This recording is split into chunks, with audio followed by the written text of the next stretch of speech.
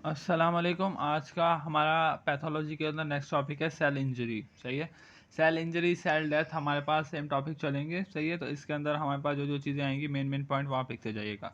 तो ये cell injury का मतलब क्या होता है कि जब हमारे पास जो सेल होता है वो नॉर्मल सेलुलर एडेप्टेशंस को फॉलो नहीं कर पाता। सही है, यानी हाइपरप्लेजिया या मेटाप्लेजिया को फॉलो नहीं कर पाता, उन कंडीशन से हमारे पास बहुत ज़्यादा एक्सपोज हो जाता है, यानी हार्मफुल सब्सटेंस से बहुत ज़्यादा एक्सपोज हो जाता है, तो हमारे पास जो सेल है वो इंजरी की तरफ हमारे पास मूव करता है। सही है, दो मेन रीज़न है हमारे पास सेल इंजरी की। सबसे पहले या तो एस्कीमिया हो सकता है या हाइपोक्सिया होता है। तो ये एस्कीमिया क्या होता है, जब भी हमारे पास ब्लड का फ्लो जो है, ब्लड सप्लाई है, वो क्या हो जाती है, कट डाउन हो जाती है किसी भी ऑर्गन या किसी भी बॉडी पार्ट के अंदर, तो हमारे पास क्या होगा, इस्कीमिया होगा। हाइपोक्सिया क्या होता है कि जब हमारे पास ऑक्सीजन सप्लाई क्या हो जाती है, कट डाउन हो जाती है किसी भी रीजन ऑफ बॉडी के अंदर, तो वो हाइपोक्सिया। इस्कीमिया, हाइपोक्सिया, ये मेन कॉन्सेप्ट है पूरी हमारे पास सेल इंजरी का। सही है, तो अब आगे देखते हैं कि जब भी अगर हमारे पास एस्कीमिया होता है तो हमारे पास हाइपोक्सिया भी होगा, लेकिन अगर हमारे पास हाइपोक्सिया होता है तो एस्कीमिया पार्शली होने के चांसेस हैं। सही है, किसी भी डिजीज़, अगर कोई हमारे पास डिजीज़ हो रही है जो कि लंग्स के अंदर होती है, सही है, तो लंग्स के अंदर क्या होता है कि हमारे पास ऑक्सीजनेशन ऑफ ब्लड होती है, यानी डीऑक्सीजनेटेड ब्लड ऑक्सीजनेटेड ब्लड के अंदर कन्वर्ट होता है। तो हाइपोक्सिया की कंडीशन के अंदर हमारे पास ऑक्सीजन प्रोवाइड नहीं की जाएगी लंग्स को, तो हमारे पास ऑक्सीजनेशन का प्रोसेस भी नहीं हो पाएगा। सही है, सबसे पहला डिजीज़ हमारे पास कहाँ पे होगी, लंग्स के अंदर। जो हमारे पास हीमोग्लोबिन होती है, इसकी बाइंडिंग कैपेसिटी होती है किसके साथ, ऑक्सीजन के साथ। अगर किसी भी एबनॉर्मेलिटी की वजह से ये बाइंडिंग कैपेसिटी क्या हो जाती है, ख़त्म हो जाती है, तो वो हमारे पास क्या कॉज करवाएगा, हाइपोक्सिया कॉज करवाएगा। टिश्यू और ब्लड परफोरेशन अगर डिस्टर्ब होती है तो ये भी हमारे पास क्या करवाती है, हाइपोक्सिया करवाती है।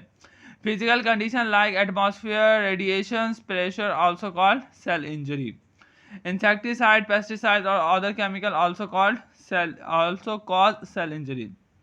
Bacteria, virus also cause cell injury. ये भी क्या करते हैं, सेल इंजरी कॉज करवाते हैं। ये मेन कॉजेज हैं, फिर हम इनकी अभी आगे डिटेल देखेंगे। जेनेटिक चेंजेस अगर हो जाती हैं, जैसे कि हमारे पास म्यूटेशन वगैरह हो जाता है, तो भी हमारे पास सेल इंजरी अकर होती है। Cell injury occur due to nutritional imbalance की वजह से भी हमारे पास सेल इंजरी होने के चांसेस होते हैं। नेक्स्ट आता है हमारे पास main mechanism of cell injury. Mechanism of cell injury के अंदर हमारे पास 4 टॉपिक्स मेन है, फिर उनके अंदर हमारे पास सब टॉपिक है। सबसे पहला टॉपिक है हमारे पास डिप्लीशन ऑफ एटीपी, ये मेन टॉपिक हो गया। सही है, अगर एटीपी क्या होता है कि हमारे पास एक प्राइमरी एनर्जी सोर्स होता है किसी भी सेलुलर प्रोसेस को होने के लिए। सही है, अगर एटीपी होगा तो हमारे पास जो सेल के अंदर चैनल्स होते हैं, जैसे sodium potassium, sodium ATPase pump, सही है, तो वो अपने फंक्शन प्रॉपरली करते हैं।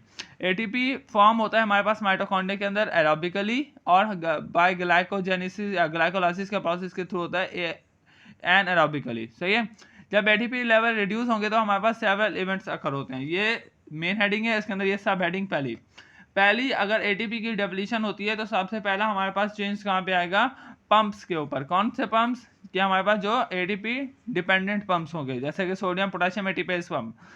ये पंप क्या करता है, मेंटेन करता है सोडियम और पोटेशियम की कंसंट्रेशन को। सही है, ये सोडियम को जब भी एक्शन पोटेंशियल आएगा तो ये सोडियम को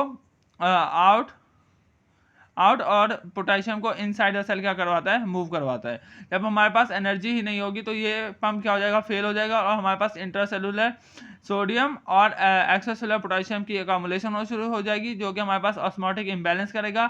जब भी ऑस्मोटिक इम्बैलेंस होगा तो हमारे पास जो वाटर होता है वो मूव करता है इनसाइड द सेल।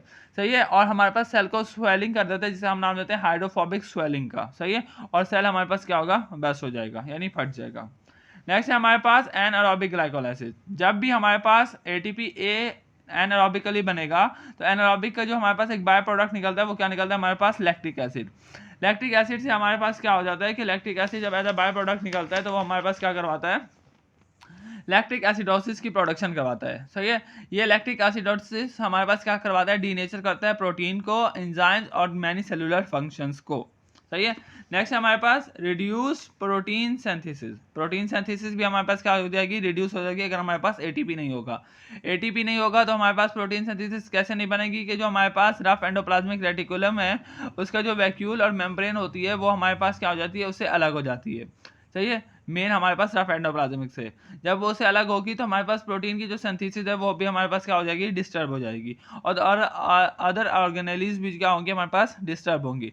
जब हमारे पास प्रोटीन नहीं बनेगा तो हमारे पास एक मैच्योर प्रोटीन नहीं बनेगा, तो हमारे पास जो प्रोटीन बन रहा है वो हमारे पास किस तरह का बन रहा है, वो हमारे पास मिसफोल्डेड प्रोटीन बन रहा है। जब भी हमारे पास मिसफोल्डेड प्रोटीन बनेगा वो एक्टिवेट करवाता है हमारे पास यूबिक्विटिन प्रोटीएज सिस्टम को, सही है। और ये सिस्टम हमारे पास क्या करता है, disturbation of organelles in the cell, यानी जितनी भी ऑर्गेनेलीज वगैरह होती है सेल के अंदर उन्हें क्या करेगा, डिस्टर्ब करेगा। कौन सा पाथवे, यूबिक्विटिन प्रोटीएज सिस्टम। नेक्स्ट है माइटोकॉन्ड्रियल डैमेज। माइटोकॉन्ड्रिया के अंदर जब ऑक्सीडेटिव फॉस्फोराइलेशन होती है तो हमारे पास एटीपी बनता है। जब प्रोलॉन्ग एटीपी डिप्लीशन होगी तो हमारे पास माइटोकॉन्ड्रिया क्या हो जाएगा, डैमेज हो जाएगा। पहली मेन हेडिंग और उसकी 4 सब हेडिंग खत्म हुई। नेक्स्ट आता है हमारे पास फ्री रेडिकल। फ्री रेडिकल्स हमारे पास होते क्या हैं, ये हमारे पास सिंगल इलेक्ट्रॉन और हाईली रिएक्टिव स्पीशीज होती हैं, जो कि हमारे पास क्या होती हैं, अनपेयर्ड इलेक्ट्रॉन होते हैं इनके आउटर ऑर्बिट के अंदर, सही है, जिसे हम नाम देते हैं क्या, फ्री रेडिकल। ये हमारे पास सेल्स के जरिए प्रोड्यूस होती हैं by different free radical generating pathway. ये हमारे पास क्या है, फ्री रेडिकल जनरेटिंग पाथवे, जो कि जनरेट करवा रहा है किस चीज़ को, फ्री रेडिकल को। अब जब फ्री रेडिकल अगर हमारे बॉडी के अंदर ज़्यादा बन जाते हैं तो वो हमारे पास क्या करवाते हैं, सही है, नॉर्मल मेटाबॉलिज्म और रिस्पायरेशन को क्या करवाएंगे, इफेक्ट करेंगे, सही है। इफेक्ट करेंगे तो हमारे पास नॉर्मल ऑक्सीडेटिव ऑक्सीडेशन और रिडक्शन रिएक्शन भी क्या होंगे हमारे पास, वो भी डिस्टर्ब होंगे। Chemical toxicity, enzymatic degradation of exogenous drug also calls free radical. अगर कोई हम ड्रग दे रहे हैं आउटसाइड से, अगर वो ज़्यादा दे दिए हमने तो वो भी हमारे पास फ्री रेडिकल की प्रोडक्शन करवा सकती है। आयोनाइजेशन, रेडिएशन इंजरी, अगर कोई भी हमारे पास यूवी या एक्सरेज वगैरह के थ्रू कोई इंजरी हुई है या उसकी वजह से हमारे पास क्या होगा कि बॉडी के अंदर फ्री रेडिकल्स की फॉर्मेशन शुरू हो जाएगी। तो ये इम्यून सेल्स, इम्यून रिस्पांस और इन्फ्लेमेशन भी हो सकती है इस इंजरी के प्रोसेस के अंदर। ट्रांजिशन मेटल, ट्रांजिशन मेटल जैसे कि हमारे पास आयरन, कॉपर है, ये हमारे पास क्या करते हैं, ट्रिगर करते हैं फ्री रेडिकल की फॉर्मेशन को। कॉमनली फ्री रेडिकल कौन कौन से हैं हमारे पास, hydrogen peroxide, hydroxyl ion, super oxide anion, peroxynitrite, ये हमारे पास क्या है, ये फ्री रेडिकल हमारे पास मौजूद हैं, ये इनकी एग्जांपल है। अब जब फ्री रेडिकल ज़्यादा बनते हैं तो हमारे पास एक सिस्टम एक्टिवेट होता है जिसे हम नाम देते हैं फ्री रेडिकल स्कैवेंजरिंग सिस्टम का। फ्री रेडिकल स्कैवेंजरिंग सिस्टम क्या करता है, रिमूव करता है एक्सेस फ्री रेडिकल को बॉडी से और उसे इनएक्टिवेट कर देता है और एक बैलेंस बना के रखता है किसके दरमियान, फ्री रेडिकल फॉर्मेशन और फ्री रेडिकल स्कैवेंजरिंग के दरमियान। अगर ये बैलेंस क्या हो जाता है, इम्बैलेंस होगा, यानी ये बैलेंस आउट होगा तो हमारे पास सेल इंजरी क्या होगी, अक्कर होगी। एंटीऑक्सीडेंट्स वगैरह जैसे कि हमारे पास विटामिन ए, सी, ई, ये हमारे पास क्या करते हैं, एक्ट करते हैं स्कैवेंजरिंग सिस्टम के तौर पर। एंजाइम जैसे कि हमारे पास superoxide dismutase, glutathione, peroxidase, catalase work as a antioxidant enzyme, ये हमारे पास वर्क करते हैं एज अ स्कैवेंजरिंग सिस्टम के तौर पर। अब जब हमारे पास फ्री रेडिकल होते हैं ये डैमेज करते हैं लिपिड मेम्ब्रेन को, जो कि सेल की मेम्ब्रेन होती है, उसके अंदर क्या कर देते हैं, परऑक्सीडेशंस के जरिए हमारे पास उसकी जो सेल मेम्ब्रेन है उसे क्या करेंगे, डैमेज करेंगे। जब सेल मेम्ब्रेन डैमेज होना शुरू हो जाएगी तो हमारे पास जो सेल ऑर्गेनेलीज हैं वो भी क्या होना शुरू हो जाएंगी, डैमेज होना शुरू हो जाएंगी।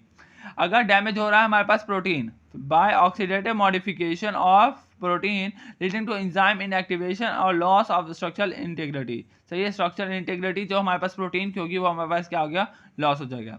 Damage to nucleic acid by damaging the DNA, ये न्यूक्लिक एसिड को भी डैमेज कर सकते हैं फ्री रेडिकल, कैसे, बाय डैमेज डीएनए को डैमेज करके न्यूक्लिक एसिड को डैमेज कर सकते हैं। थर्ड है हमारे पास माइटोकॉन्ड्रियल डैमेज, सही है, माइटोकॉन्ड्रियल डैमेज। और एक हमारे पास बचेगा कैल्शियम होम्योस्टेसिस, ये हम नेक्स्ट टॉपिक के अंदर, नेक्स्ट लेक्चर के अंदर करते हैं।